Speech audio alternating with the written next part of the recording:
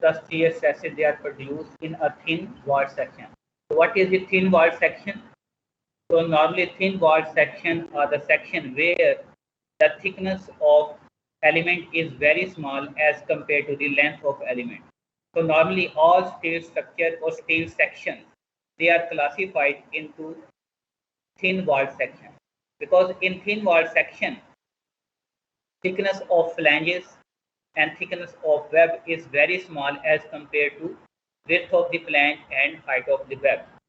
So normally thin wall section are the section where the thickness of element is less than or equal to 1 by 10th of the length of the element. This means that if the thickness height of the web is 100 millimeter, then the thickness of the web should be less than equal to 10 millimeter, 1 by 10th of the length of the element. So all type of the element where the thickness is very small are generally categorized as a thin walled or sometimes plate element or shell element.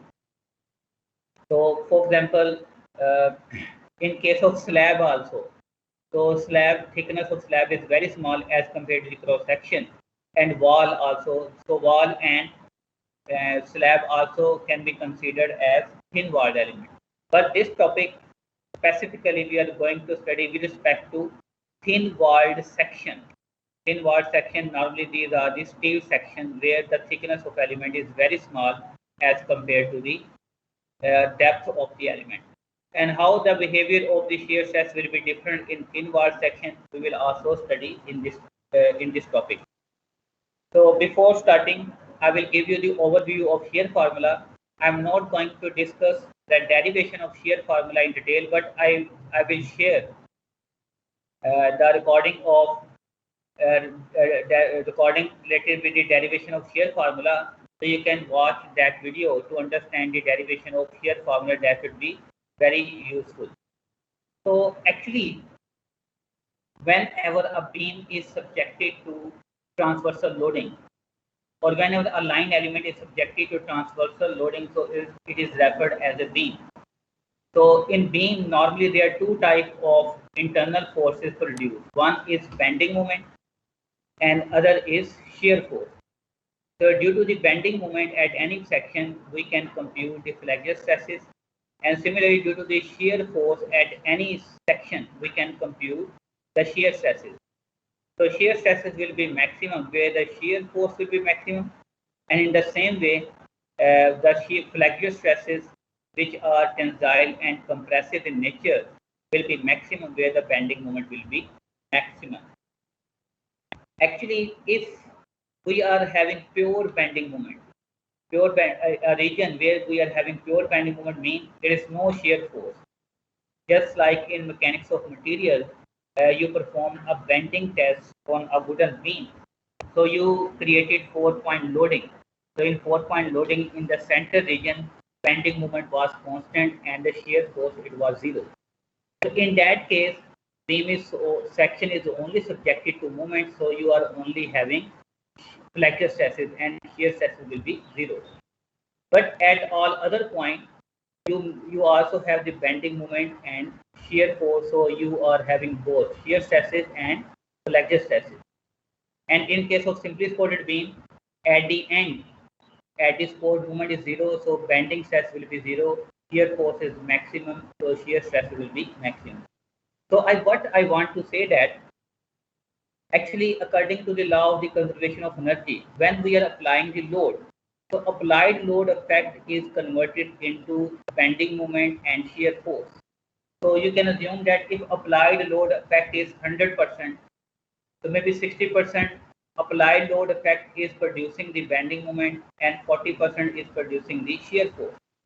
Or in case of the pure bending moment region, all applied force 100% effect is producing the moment and 0 shear force is being produced.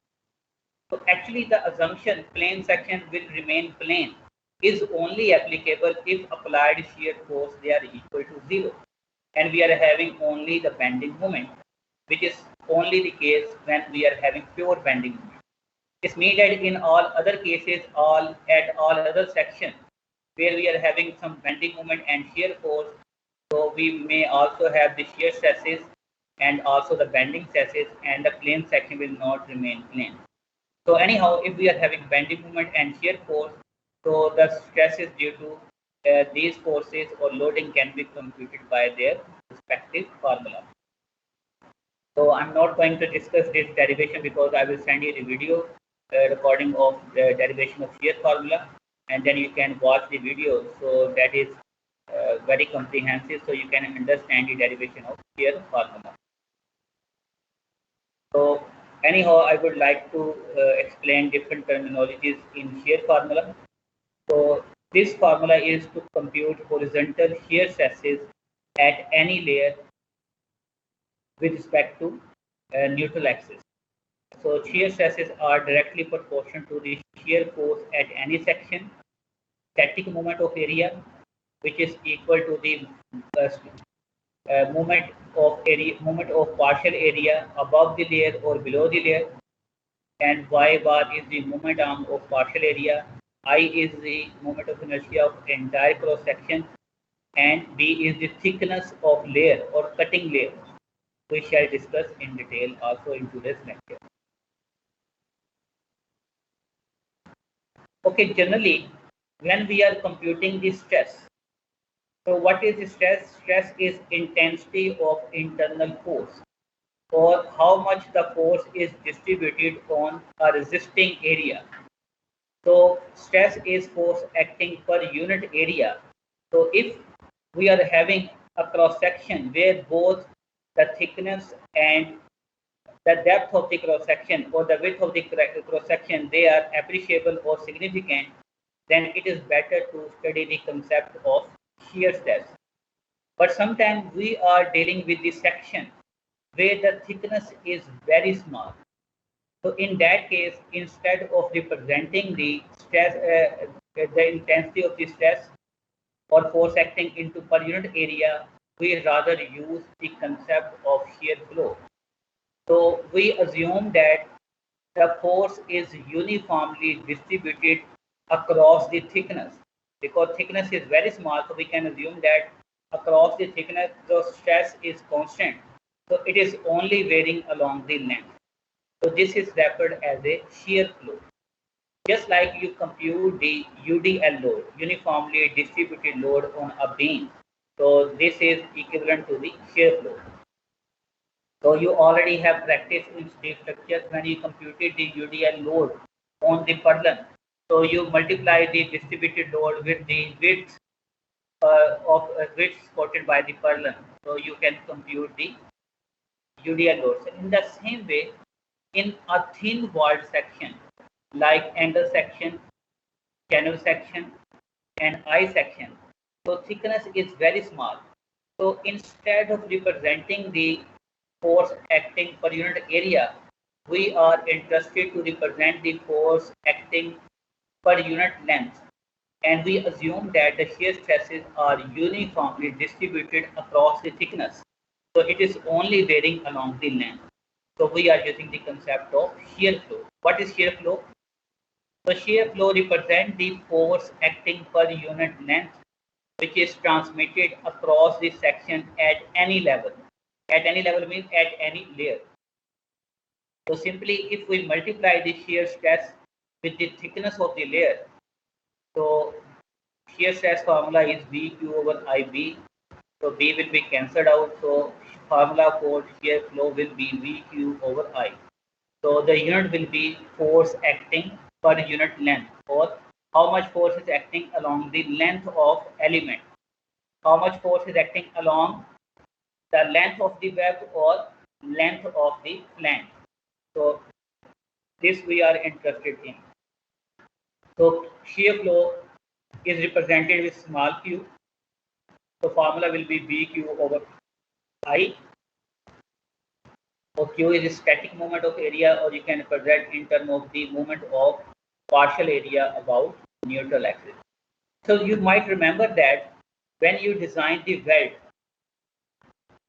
at the junction of flange and web for the plate welder, so you computed the shear flow instead of shear stresses. So you computed the shear stresses at the junction of the flange and web, and you multiply it with the thickness of the web. You convert it into shear flow. How much force is transmitted along the length of the head girder or along the length of the web, because we are assuming that the thickness of the web is very small. So across the thickness, the force is constant, or the distribution of the stress is constant. And you computed the shear flow, which is force acting per unit length, and you compare that shear flow with the weld value, which is also force acting per unit length, and then you computed the length of the weld required. Because for steel structure and thin wall section, instead of computing the shear stress, we are interested in shear flow. So we will study the application of shear flow in detail, and I will explain extensively, or I will elaborate the concept of shear flow in detail for any thin wall section in our today's lecture. So now I will start from here. So I would start the recording.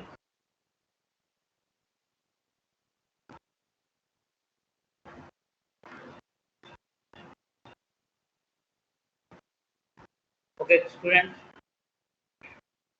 So I have already explained to you that for a thin wall section, like angle section, channel section, or eye section, where the thickness of the element is very small. So instead of representing the force in terms of stress or force acting per unit area, we represent in terms of force acting per unit length, because we assume that the thickness of the element is very small. So across the thickness, so the distribution of the force will be uniform. So we can represent in terms of force acting per unit length. So this parameter is regarded as a shear flow. So shear flow represents shear force, which is the longitudinal force. Why it is longitudinal? Because it is acting along the length of member, maybe along the length of web, or along the length of flange. Per unit length transmitted across the section at any layer. So if you multiply the shear stresses with the thickness of layer or thickness of cutting section, so you can compute the shear flow. So that this thickness and this thickness will be cancelled out. So the formula will be VQ over I, or V is V into partial area and moment arm of partial area about neutral axis divided by moment of inertia of entire cross section. So just like I have already explained, so in steel structure, when you compute, design the weld at the junction of flange and the web, so you computed shear flow. How much shear flow is transmitted or transferred from flange to web, or is acting along the length of web. So you compare that shear flow with weld value to compute the length of weld. So shear stress does not occur in a beam subjected to pure bending. We have already discussed, because in a beam where you are having pure bending moment, so in the region of pure bending moment, shear force will always be zero. So sliding or shearing of fiber does not occur in homogeneous material. However, for wood which is weak in shear, rupture crack appear at the end along the neutral axis. So actually, if these shear stresses, we shall discuss in upcoming slide, these are maximum along the neutral axis of the shear flow. If applied shear flow or applied shear stresses, they will be more than shear strength of material, then the material will fail in shear. So you may have the shearing or tearing type of the failure along the neutral axis, because shear stresses are maximum along the neutral axis and at the edges in this case, because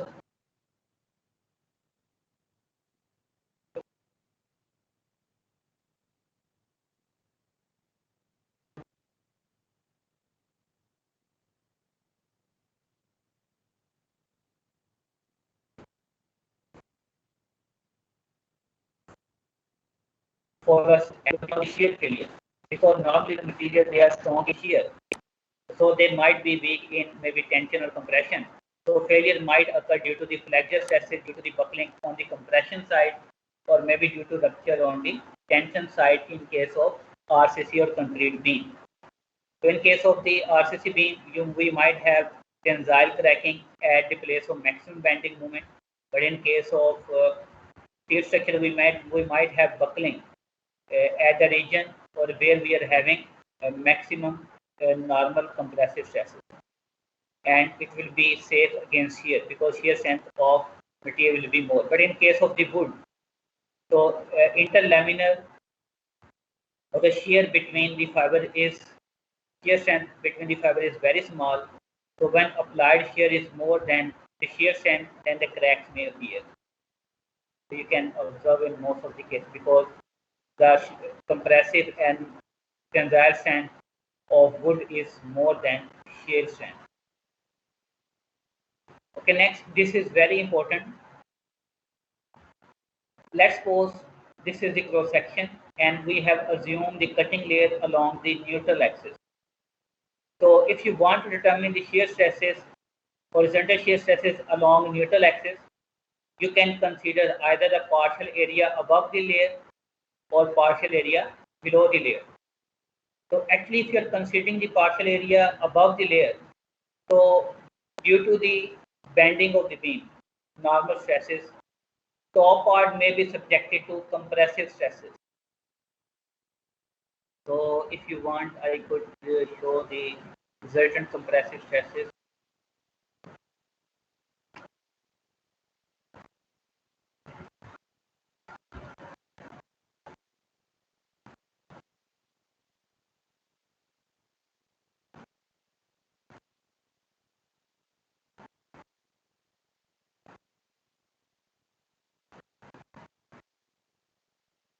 So let me modify this.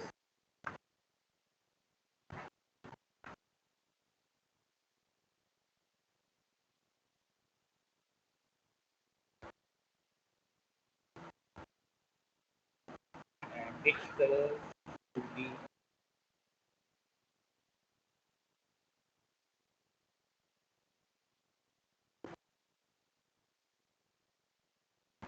okay? Green.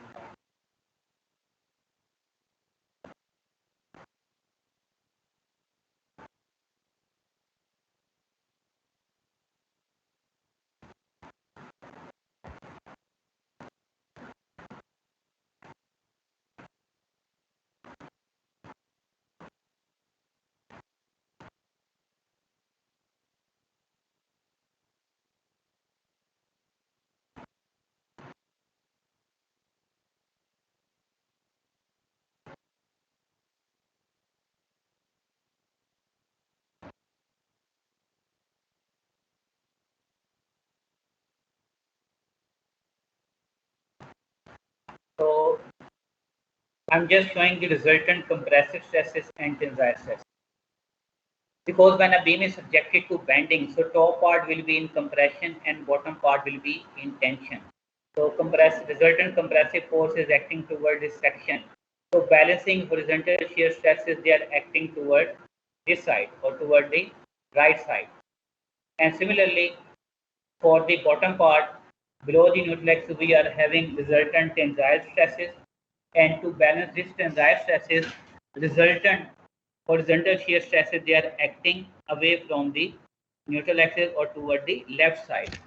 So the direction of shear stresses with respect to area above the layer and bottom of the layer will be on opposite side, but they will have equal magnitude. So it means that if you are joining both parts, so the both stress components which are having same magnitude but acting in opposite direction, so they will maintain the equilibrium. So certain stress will be equal to zero.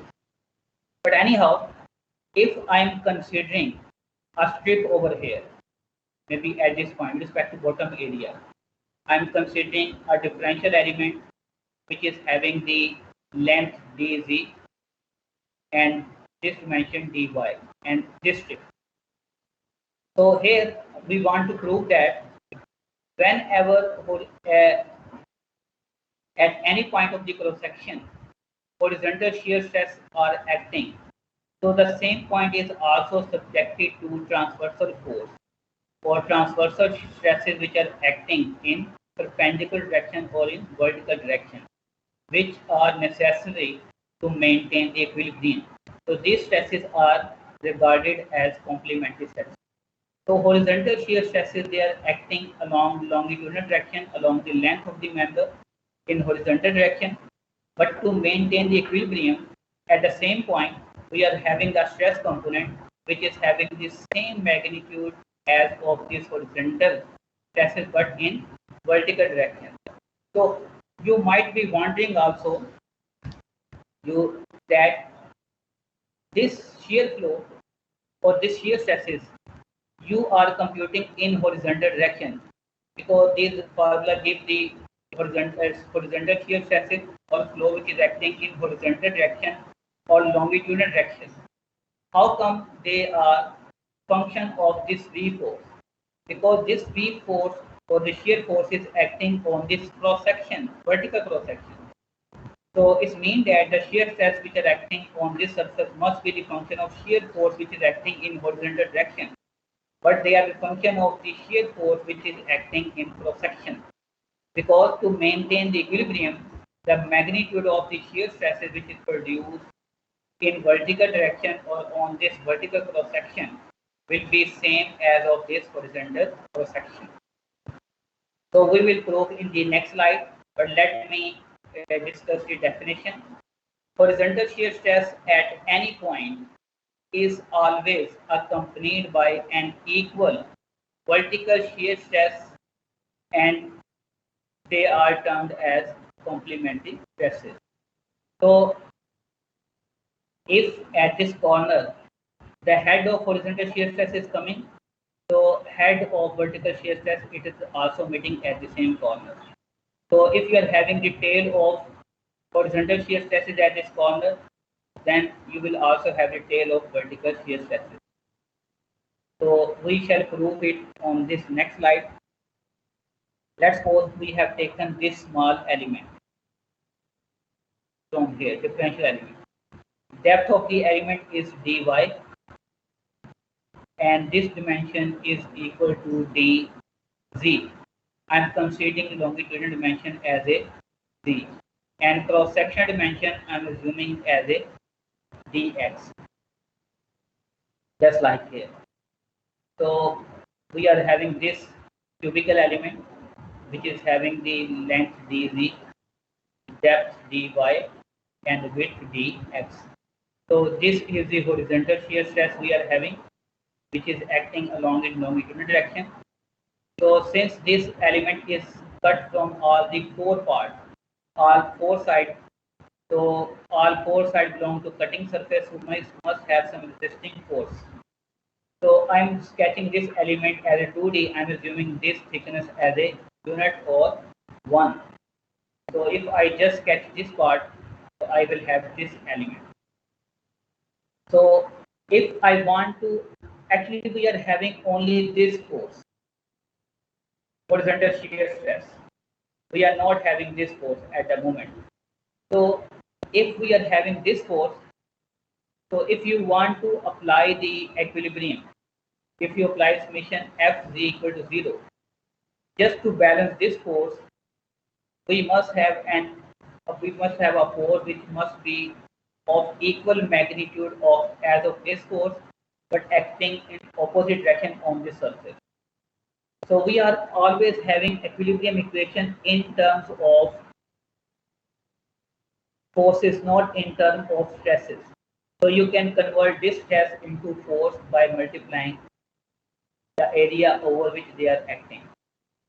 So the multiply by dx and dz will be the force, and tau z dx and dz multiplied by dz, this will also be the force. So if you are having this top force and bottom force, again horizontal equilibrium is prevail, but rotational equilibrium is not prevail. If you are taking the moment of these forces about this corner point 0, for example, or maybe this central 0, so both this force and this force, they are producing the movement in counterclockwise direction. So in order to maintain the equilibrium, we must have a couple which is having an equal magnitude as of this couple tau z, and it must be producing the moment in clockwise direction to balance the moment, to balance this applied moment in clockwise direction. So we are assuming that we must have an equivalent couple which is in terms of the stress we have represented tau y, which must be acting in this direction. On this right surface, the force must be acting in the downward side, and on the left surface, force must be acting in upward side, so that this couple may produce an equivalent clockwise movement. So now if we want to take the equilibrium at any point equal to 0, for example, I am taking the moment at this point equal to 0, maybe at this point, at this corner. So tau y and this tau z, these are the two forces which are passing through this point, so they will produce zero moment. So if you want to take the moment of this force produced by this shear stress, so moment arm of this force is with respect to this region is equal to dy. But first we need to convert this shear stress into force. So this shear stress is acting on this area. So if we multiply this shear stress by the area over which it is acting, so tau z multiplied by dx and dz. So this will be the shear force,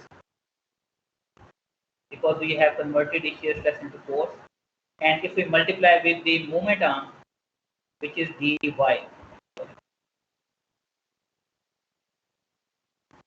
so that is the moment produced by the force which is acting on it. So this moment is in counterclockwise side, so I am taking as a positive, or on this left side. The moment produced by tau y must be same as of the moment produced by this stress component. I will convert this tau y into force. This tau y is acting on area, which is dy and dx, and moment arm of this force is equal to dx. So by equating it, these three parameters will be cancelled out. So we have proven that whenever horizontal shear stresses are acting at any point, so the same point is also subjected to the stress component which are acting in vertical direction or in perpendicular direction, which are having same magnitude. So you can represent the in terms of horizontal shear stresses and tau y in terms of vertical shear stresses. So if the stress is acting, horizontal shear stress is acting away from this corner, then vertical shear stress is also acting away from this point. So at any corner, you might have the head of the both stress component or tail of the both component.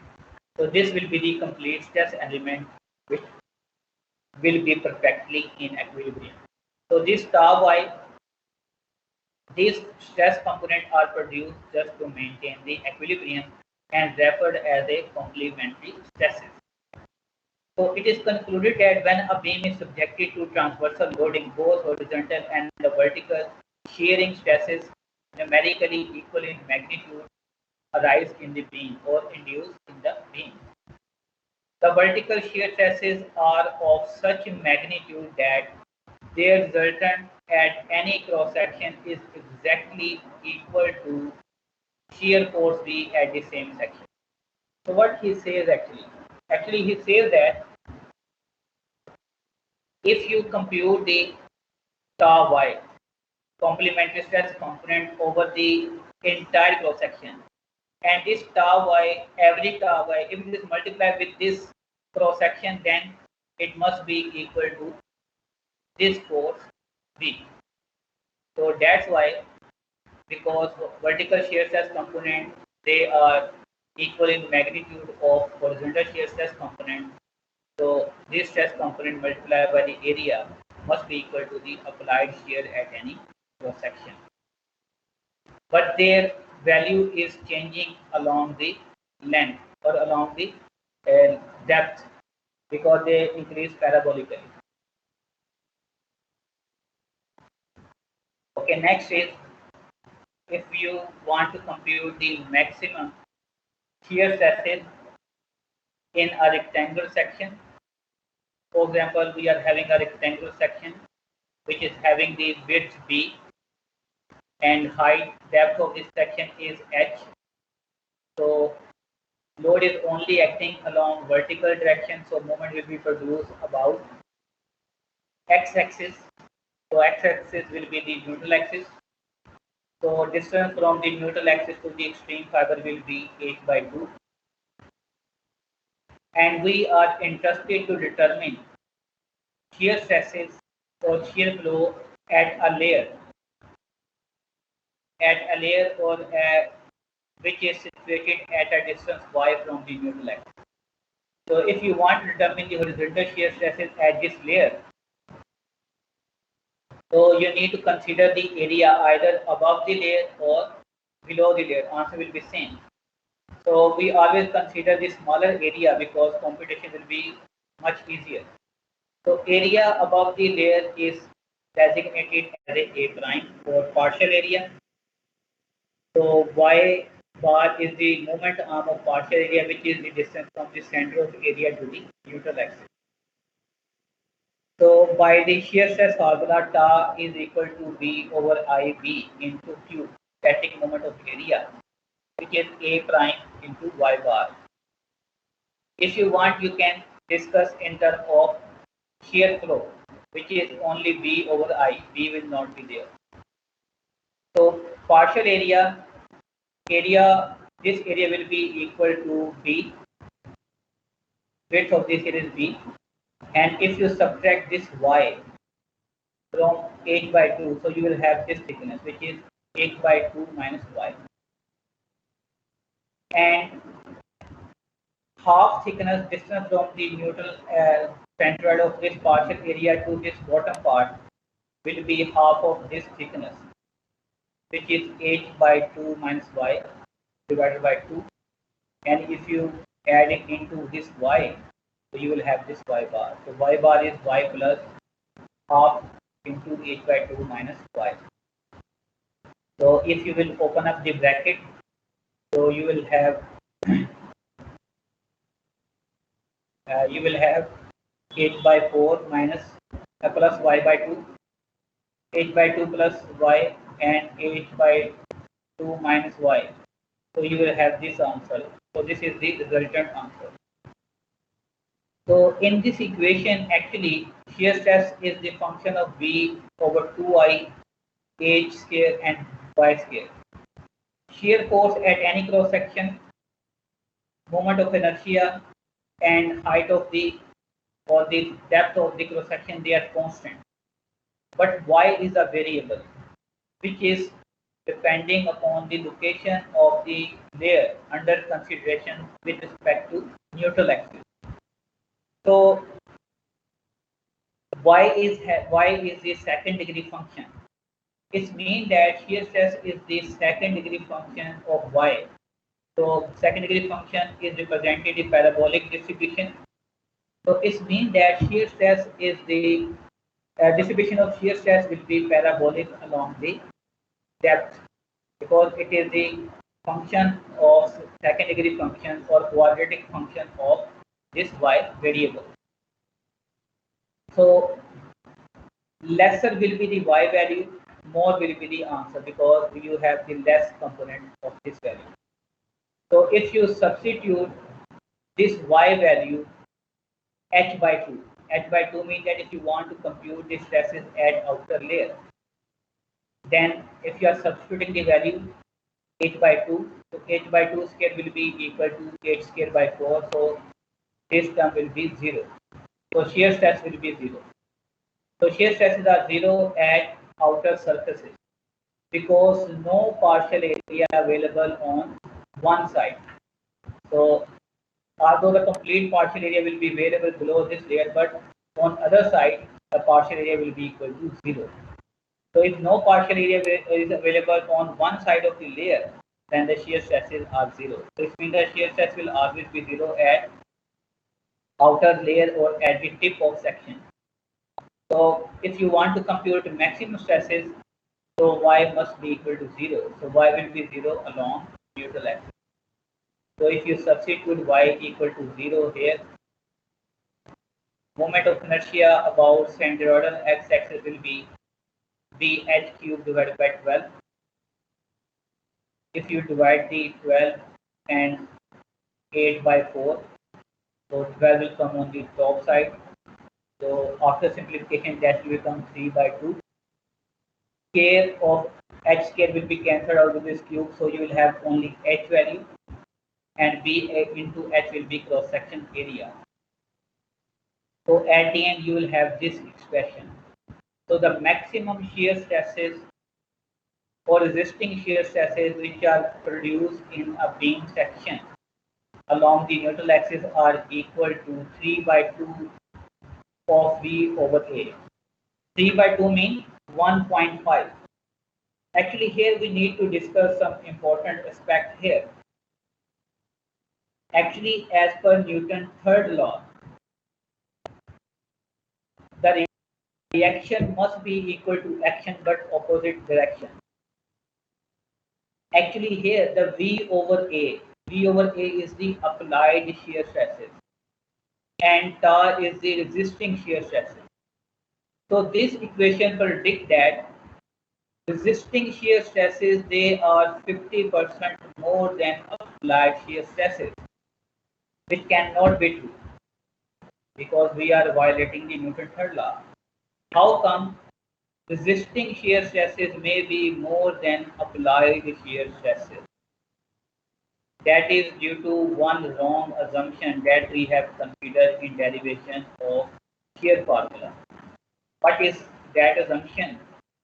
Assumption is that shear stresses are uniformly distributed over the entire width of the cross section. So we have simulated along the thickness, the stresses are uniform or they are constant, but along the depth they are varying parabolically.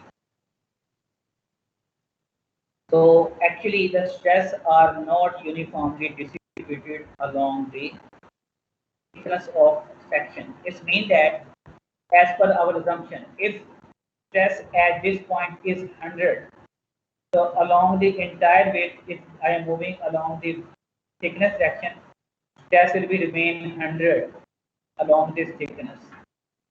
If the stress at this point is 25, so all the points along this thickness, they are subjected to the stress 25. So we are assuming uniform distribution along this thickness, but this assumption is not correct.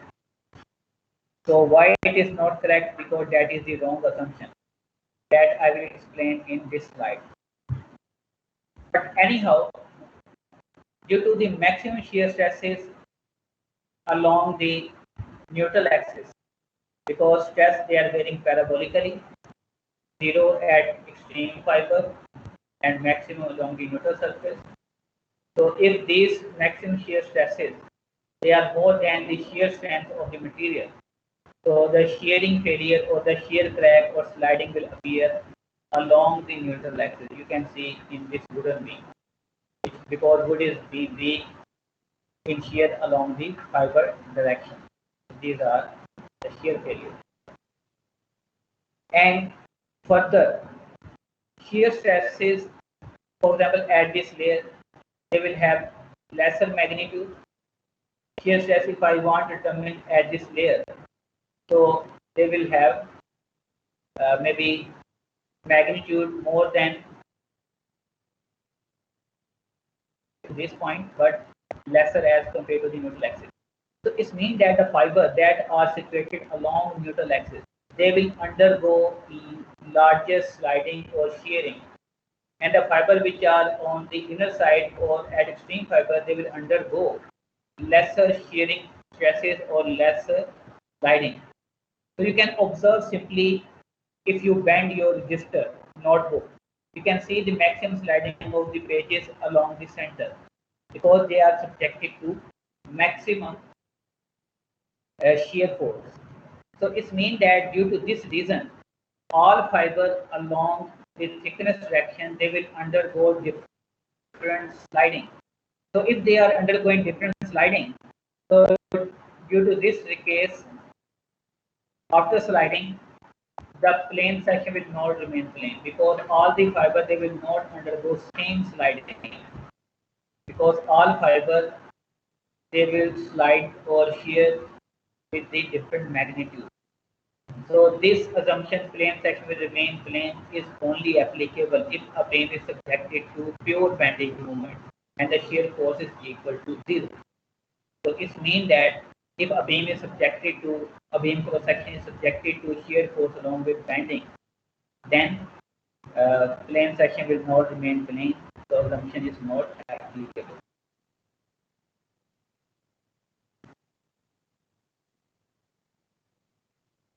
Anyhow, if you are dividing this area into three parts, also in the bottom, for example, this is area 1, area 2, area 3, and similarly you are having three area at the bottom.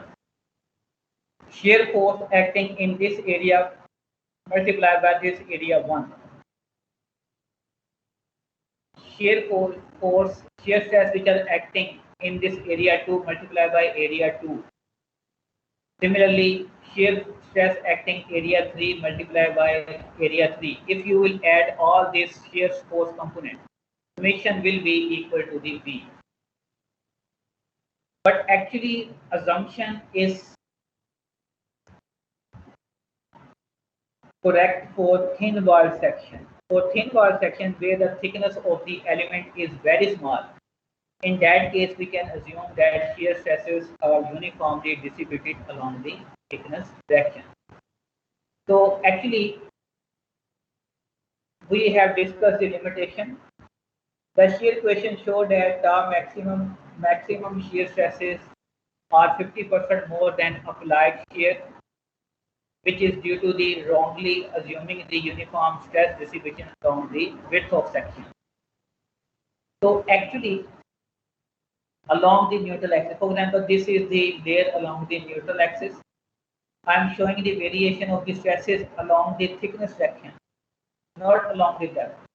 So I am showing with this, for example, this is the 0 line, and I am showing the magnitude in this side. So if this stress is 100, so along the entire cross section, I am assuming that the stress is 100. So I am assuming uniform stress distribution along the thickness. But actual distribution is not this rectangular or uniform. Actual stress distribution is this concave type or this concave parabolic. So shear stresses at extreme fiber or at the edges, they will be more, and in the center, there will be less shear stresses. So why there is a reason? Due to reason that because if you are taking the element at this surface, so this element which is at the edge, it is only confined from three sides and it is not confined from the outer side. So this element can undergo larger deformation or larger shearing strain. So if larger shearing strain is multiplied with modulus of rigidity or with the G value, so you will have the larger shear stress. But on the other hand, if you are taking any element in the center, so this element is confined from the material from all sides, so which is protected. It means stresses. So this will less undergo.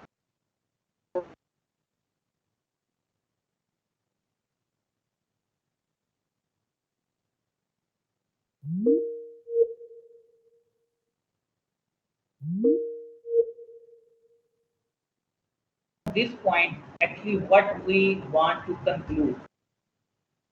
Actually, we want to conclude that for thin wall section, eye section, channel section, and angle section, where the thickness is very small as compared to the length of the element, height of the web, or the flange, width of the flange, then we can assume that shear stress is uniformly distributed along the thickness. Because thickness is very small, so percentage of error will be less than 0.8%. So that's why instead of discussing the concept of shear stresses, we are interested to discuss the concept of shear flow for for thin wall section, because assumption assumption that the shear stresses are uniformly distributed along the thickness will be correct for thin wall section. Further, shear formula that we have derived, it is only applicable, should not be applied across the section that intersect the boundary of the member at an angle other than 90 degrees. So this formula is only applicable if the edges, they are perpendicular to the neutral axis or horizontal direction. This means that shear formula is not applicable for circular section and for any trapezoidal section where the edges, they are not 90-degree or perpendicular to the neutral axis or horizontal surface or along the length of the member. But in that case, we can still use the formula, because formula will give the value maybe on higher side. Maybe it will give the wrong value, but it will give the value on the higher side, on the critical side or safer side. So we can still use the formula. But if you want to compute the accurate value, so you need to use the experimental data, or we can determine the shear stress by determining the strain from experiment. So here we will prove this thing, that why the shear formula does not predict the correct answer if the edges, they are not 90 degree to uh, the longitudinal direction or neutral axis. Let's suppose we are having this cross section which is having this type of the shape. So we are interested to determine horizontal shear stresses at different layers. Let's suppose if I want to determine the horizontal shear stress at this layer. So at this layer, the shape is circular here. So if I draw the tangent to this point, so at this point, the tangent of this point is exactly vertical direction. Because horizontal shear stresses, they are produced in the horizontal direction, and tangent to this part is exactly perpendicular to this. So the vertical complementary stresses will be exactly equal to horizontal shear stress, because both are perpendicular to each other. But on the other hand, just like this I have shown here, because horizontal shear stresses are acting here, so the vertical shear stresses, they are perpendicular. So the element we are considering, that is exactly perpendicular to this. But for example, if we are considering the element layer here, and if you are considering the element, so the tangent to this surface is inclined. So this element is inclined. So if you are considering the perpendicular, so you are having this case. So actually, when we are computing the horizontal shear stress, so which is acting in this direction, so the complementary stress component is perpendicular to this, which is this one. But this element, it is tilted. So the vertical component with respect to this tilted position is acting this direction, which is represented by star double bar. So this star double prime will not be equal to the horizontal shear stress, but that will be equal to the component of this horizontal shear stress component, because horizontal shear stress component will be equal to this one. So the magnitude of this component will be lesser as of the horizontal shear stress component. So that's why the horizontal shear stress, they will not be equal to vertical shear stress if the boundary or the edges, they are not perpendicular to the longitudinal line or perpendicular to the cross-sectional line. So in that case, the stress component which is acting over here, it will be equal to the component of this force. and this component must be equal to 0. However, equation can be used to compute average stress of the maximum shear stresses at the neutral axis and at any layer perpendicular to the width. But the value will be approximate but on higher side. So important point that we need to discuss. Shear force in beam causes non-linear shear strain distribution over the cross section, which is causing the warping. So I have already explained that distribution of the shear stresses along the depth is parabolic. It means that at this layer, at outer layer shear stress will be 0, and at this layer we will have the larger shear stresses, and shear stresses will be even maximum along neutral axis. It means that all the fiber along the length, they will undergo different sliding because they are subjected to differential or different shear stresses. So due to different sliding, so plane section will not remain plane. So we will have warping at the edges. Due to complementary property of shear stresses, the shear stress developed in a beam act over the cross section of the beam and along its longitudinal axis that we have already discussed.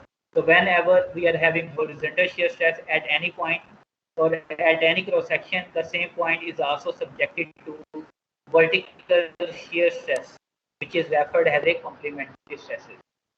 Okay, further we have discussed that the shear stresses will be maximum along the neutral axis, which may not be true. So in some cases, shear stresses may be maximum at different locations because shear stresses, they are also the function of B value. So shear stresses where will be maximum where we will have the lesser thickness and larger partial static moment of area. So similarly, in this case, shear stress may not be maximum along the neutral axis, they might be maximum somewhere here because B value is maybe lesser at this section.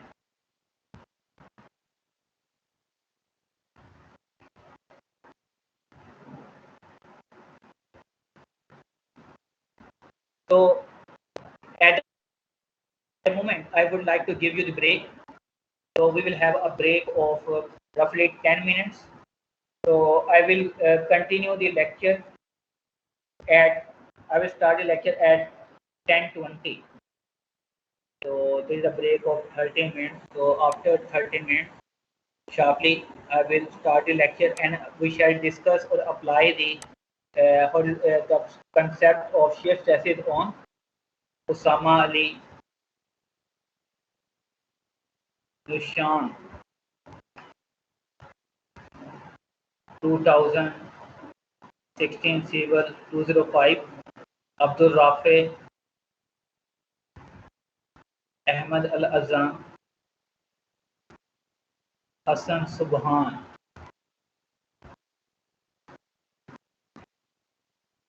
यार ये roll number ये note करो ठीक है इनको लिख लो एक diary पे ज़रा टाइम भी लिख लो कि इस दिन ये तकरीबन 10:08 पे एबसेंट थे मैं दोबारा फिर इनको चेक करूँगा ठीक है तो 31 ओके सर ठीक है तो अब start the lecture at 10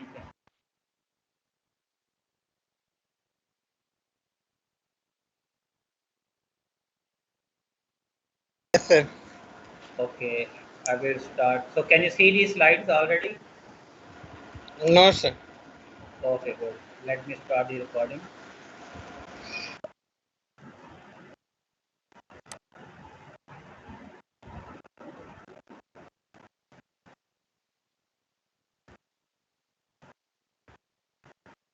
Bismillahirrahmanirrahim.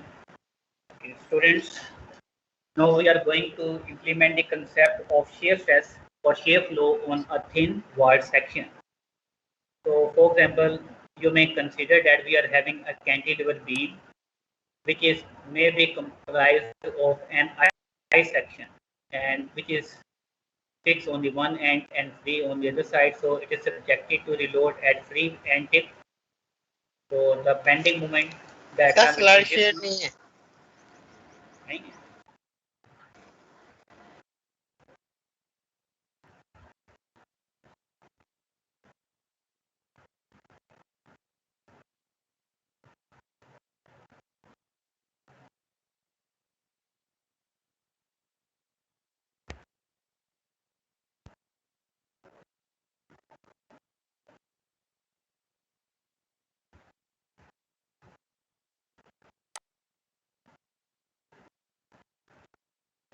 Can you see this screen now, Sia?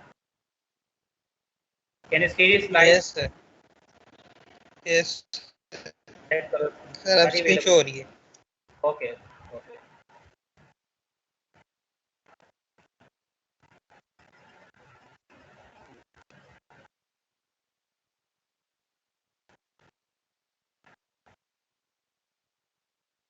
Bismillahirrahmanirrahim.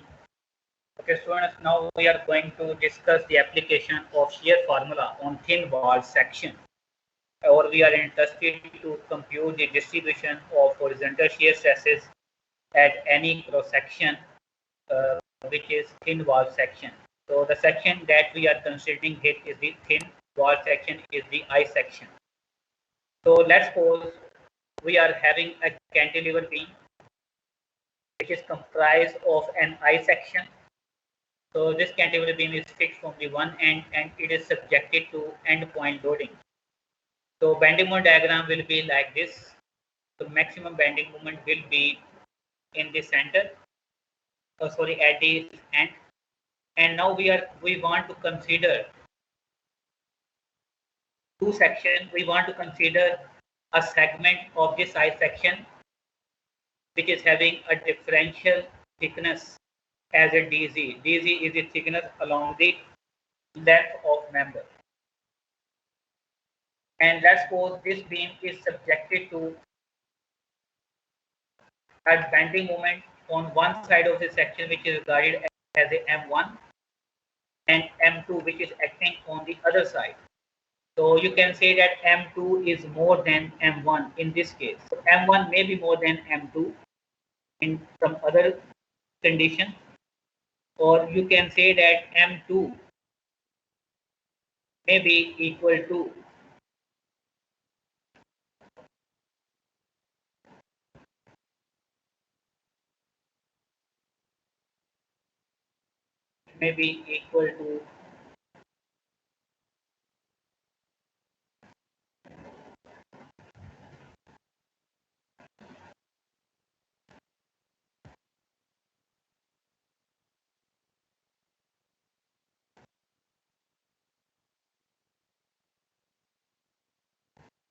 plus minus or plus M1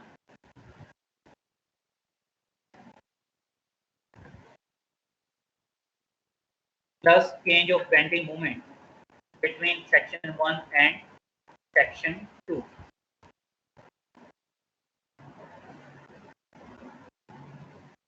So where is delta sign?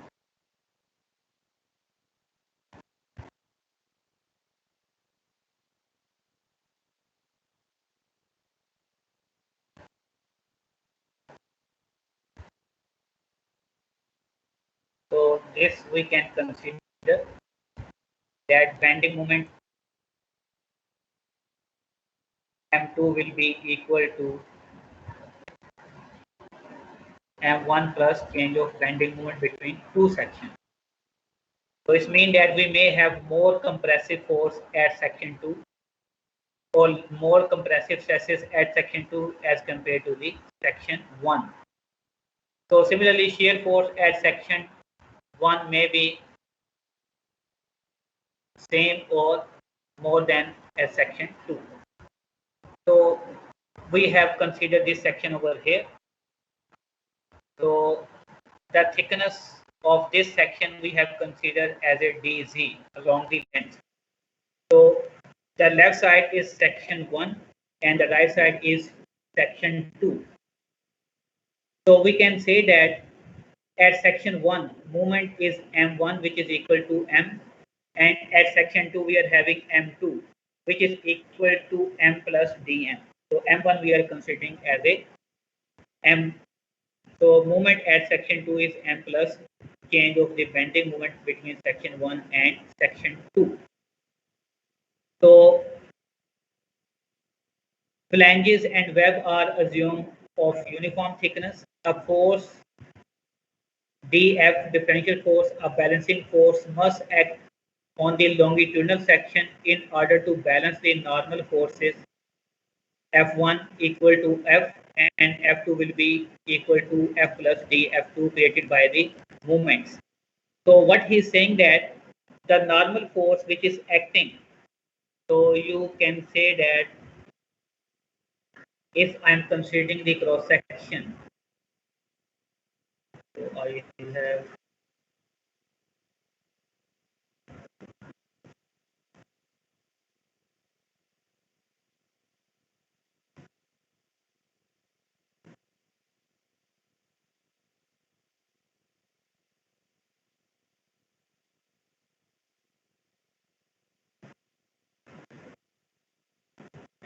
uh,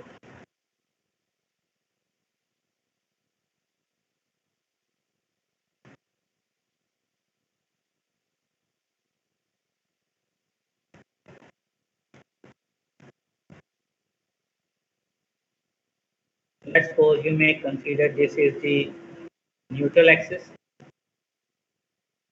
So due to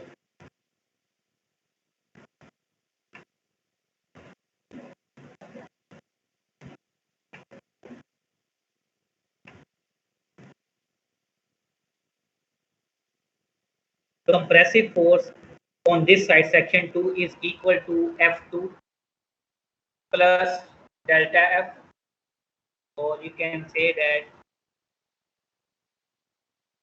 this force.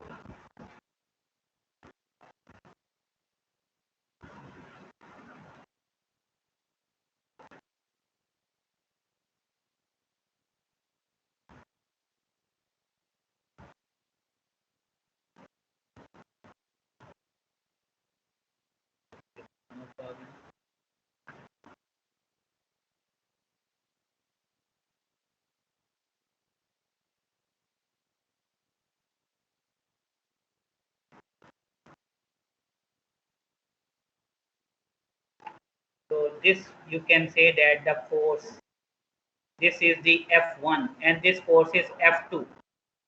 So this is the compressive force which is acting due to the compressive stresses acting on F section 2, and this is force F1 due to the compressive force acting at section 1 due to the bending moment at section 1. Similarly, you may have tensile force on the other side of the section.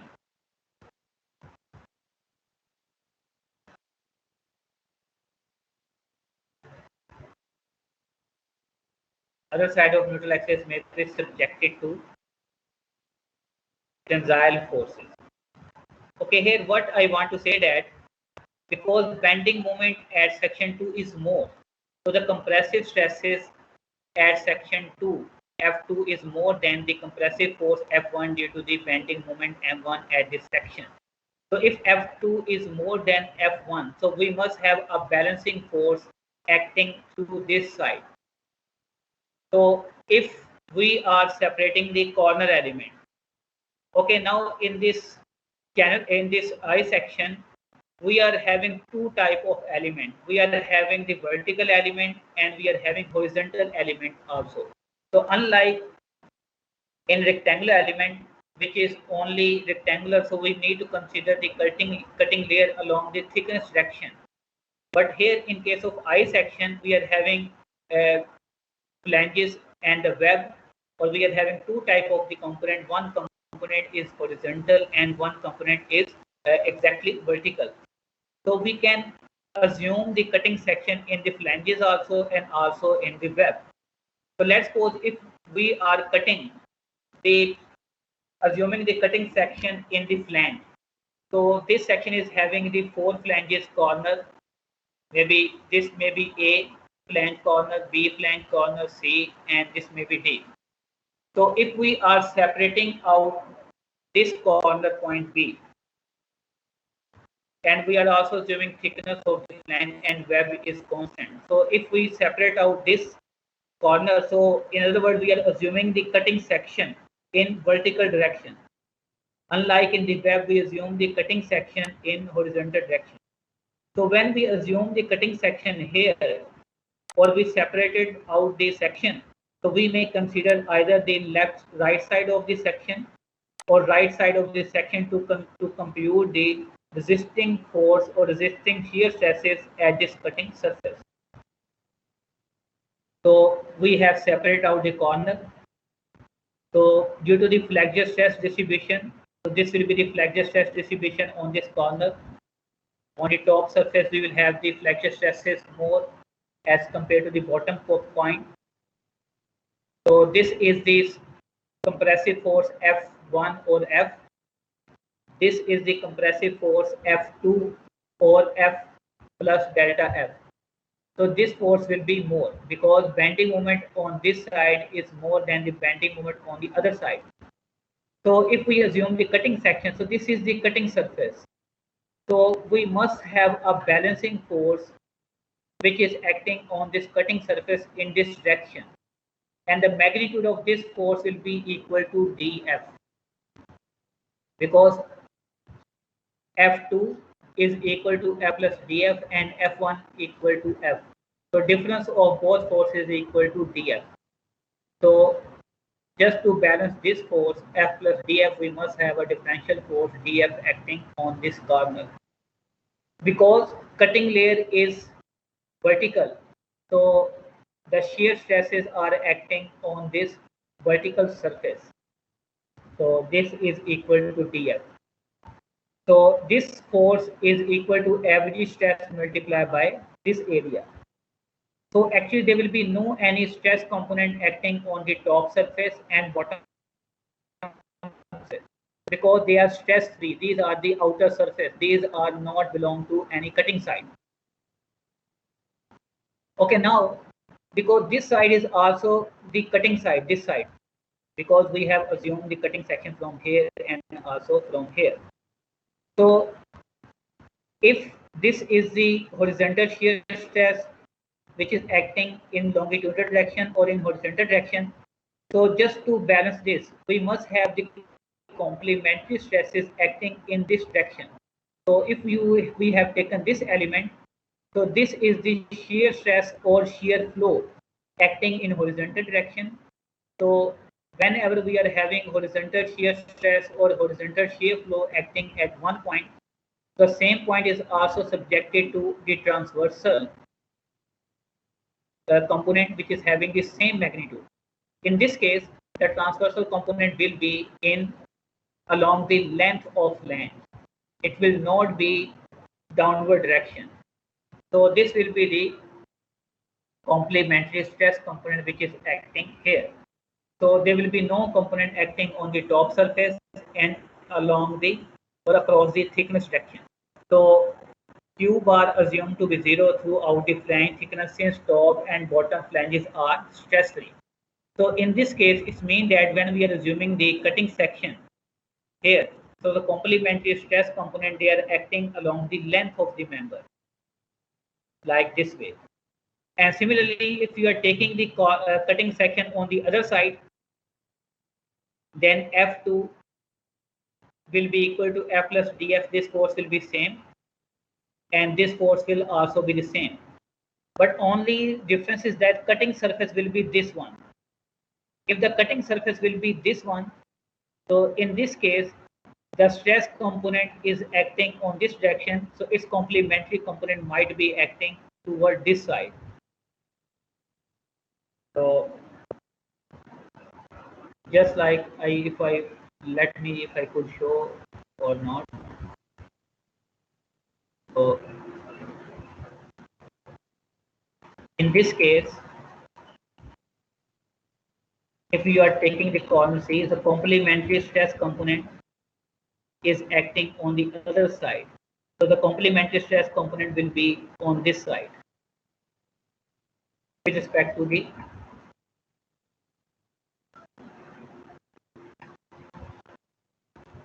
this surface, because cutting surface is the other one. So what we have proven that horizontal stress component will be acting on the same direction, but the complementary stress component, they are acting in one direction with respect to the one flange, and they are acting in the opposite direction with respect to the other flange. So in this case, complementary stress is acting on the left side with respect to flange B, and complementary stress component is acting on the right side with respect to flange C. And similarly, if you want to consider the stress, this flange B bar, B prime. So actually, when beam is subjected to bending, so below the neutral axis, we will have the tensile stresses. Tensile stresses mean that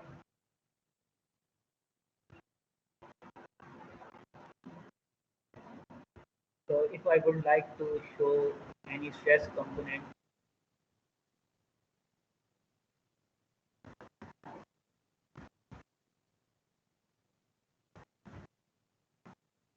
like here, this one. So this force F plus dF will be on this side because there is a tension here. And this F force is also acting on the opposite side. So the balancing component will be acting on opposite side. So if the balancing is acting on the opposite side, so its complementary stress component is also acting away from this corner. So you will have the complementary stress component acting in this direction. And similarly, when you are assuming the cutting side here, so F2 is acting here and F1 is acting on the other side. So the complementary stress component, it is acting on this side. So we can consider the assumption. So let's suppose if we want to determine the stress at any cutting layer in flange, so we are assuming that thickness of the flange and the web is constant, and h is the height of the web from the center of top line to the center of the bottom flange. So distance from the neutral axis to the center of flange is h by 2. I want to consider the horizontal shear flow or the shear stresses in the flange at this cutting layer. And cutting layer is perpendicular to the length of flange or along the thickness direction. If I assume any differential area in this flange and the width of this area is equal to dx and thickness is equal to t, and I want to take the moment of this differential area about the neutral axis. So formula that we have to use will be this one: shear stress or shear flow, tau is equal to V over IB into the static moment of area of differential area. So this differential area is equal to dx into B. So which is also can be written in integral form. Partial area, differential area, and movement of this differential area, and if we can integrate, we can also represent into the integral form. So differential area is equal to t into dx, and moment arm of this area with respect to neutral axis is h by 2. Distance from the center of this area to the neutral axis is h by 2. So this will be the equation. So y is the moment arm, this is differential area or first moment of area, and if we integrate from 0 to b by 2, because length of the flange starts from this 0 and it is to extend it to the this corner point, sorry, this junction point. So b is starting from this pre and tip to the half of the flange or at the junction. So if you are taking the integral, so this t will be cancelled out with this t, h by 2 is constant. So integration of dx is equal to x. So if you are substituting the limit for the x value, so x is the horizontal distance from the tip of the flange. So if the x is 0, so x will be 0 here. So at free end tip, the distribution of shear stresses or shear flow will be 0, and it will be maximum at b by 2. So if you are substituting the value of x b by 2, so you will have the shear stress BBH over 4I. Or if you want to compute shear flow, you will multiply shear stress with the thickness of element, that is VBH 4I. So since the cross section is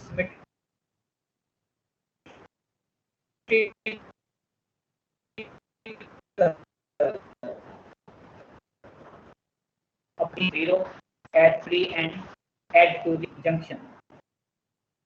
Okay, here. So actually, let me further elaborate here. So I can represent this shear stress or shear flow with respect to flange, because I have computed in flange this. It means that distribution of shear force acting per unit length or shear stresses in flange are the linear function of the length of the flange, because shear stresses are directly proportional to the single degree function of x value, which is the width of the flange. So they are 0 at free end tip, and they are increasing linearly, and they are maximum at the junction where the x is having maximum value of b by 2. This means that if you want to plot the shear stress distribution, so the shear stress or shear flow distribution will be linear. So where is the triangle? So you can discuss that. So this is the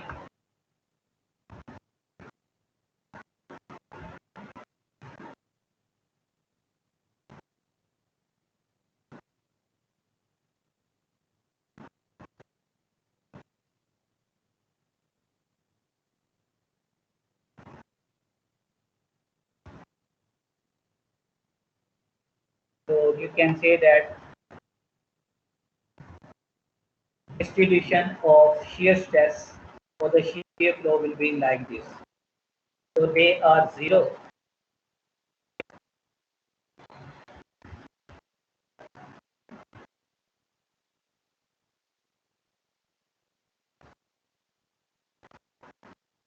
at free end tip, and they are increasing linearly to this point.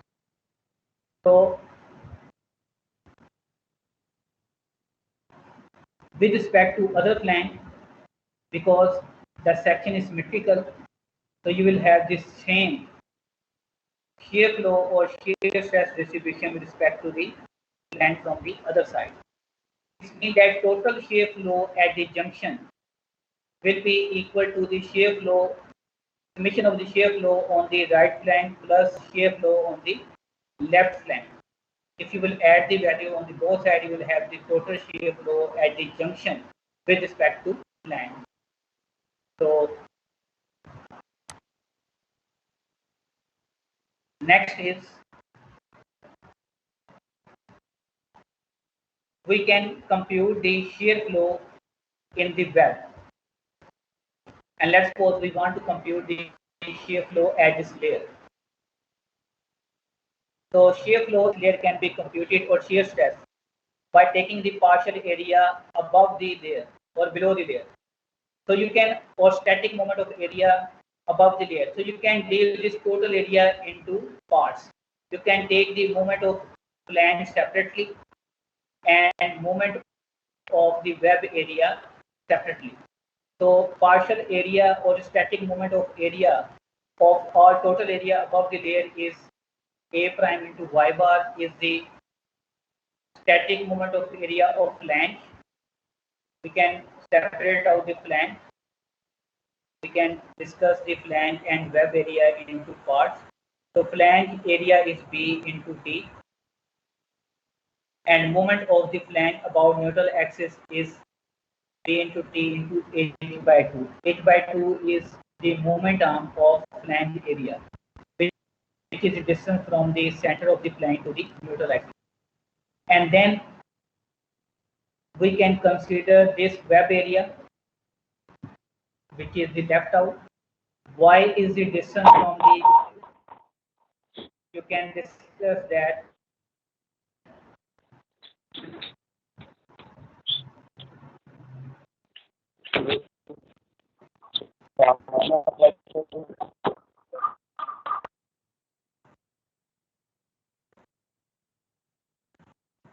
So Y is the distance you can consider either from the bottom of this flank or from the center of this flank. So because thickness we can assume that it is very small, so we can ignore it. So this area of the web will be equal to h by 2 minus y. Or you can consider that area of this web will be equal to y into thickness of the web, and then moment arm will be distance from the center of this web area to the neutral axis. So if you subtract y by 2 from this h by 2, so you will have the moment arm of this area. So that is the static moment of area of entire area including the flange plus web. So similarly, we have considered the differential area here, and differential area is having the thickness dAt and the height equal to dy. So if we substitute the values of static moment of area for A prime into y bar in this equation that we have computed here, so we are having the expression for the web. So in this equation, y is starting from the junction or from the bottom surface of the flange. If we substitute y equal to 0, so we are at the junction. So if y is 0, so this parameter will be equal to 0. And you will have the answer VBH over 2I. So actually that is the shear flow or the shear stress at the junction. This is shear stress at the junction. So if you multiply shear stress with the thickness, you are having shear flow at the junction. So shear flow at the junction is equal to twice of the shear flow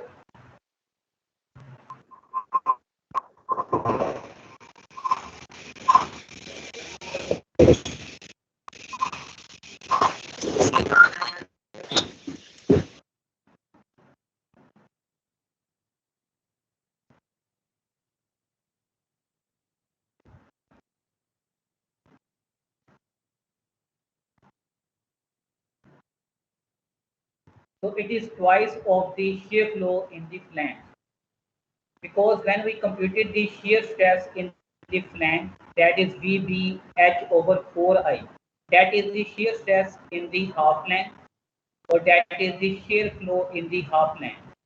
So the total shear flow with respect to, in junction with respect to flanges, is the summation of the shear stresses in both flanges. So if this value is VBH over 4I, the same value is VBH over 4I with respect to other flange. So if you will sum up the shear flow or the shear stresses in both flange, so VBH over 4I plus VBH over 4I will be equal to VBH over 2I. So that is the proof that shear flow at the junction with respect to web is equal to the shear flow at the junction or the summation of the shear flow in both flanges. So note that the shear stresses or shear flow at the junction, the web and the flanges, shear stresses in the web is twice the shear stresses in the one flange, or that is equal to summation of the shear flow in both flanges. Okay, now if you want to determine the shear stresses or shear flow along neutral axis, so we need to substitute the y value equal to h by 2. So if you substitute the y value h by 2, so you will have this expression resultant. So if you simplify, if this is shear stress and this is the expression for shear flow. Okay, last thing I would like to conclude. In this equation, you will see that which equation? This equation. So if you will open up the bracket, so you will have the YH and then minus Y square. So Y is the variable. This means that shear stress is the second degree function of Y. This means that shear stress or shear flow varies parabolically in web, but it varies linearly in flanges. So note that the shear stress or shear flow varies parabolically throughout the depth of the web and it attains its maximum value along the neutral axis. In the flanges, shear stresses is parallel to z-axis and contribute nothing or negligibly to the total force on this section parallel to the y-axis. Okay, I will explain what you say that. Actually, we are only computing the shear stress or distribution shear flow along the length of the member, along the length of flange and along the length of the web. We are not computing the distribution of shear flow along the thickness of flanges. We assume that distribution of the shear flow is negligible or very small along the thickness, which can be ignored. So we are not computing the distribution of shear flow along the thickness section. So we are assuming that it is uniformly distributed along the thickness. So it is only varying along the length of the flange and along the length of web. So I will stop here. So next time I will explain this slide and we will start solving some numerical.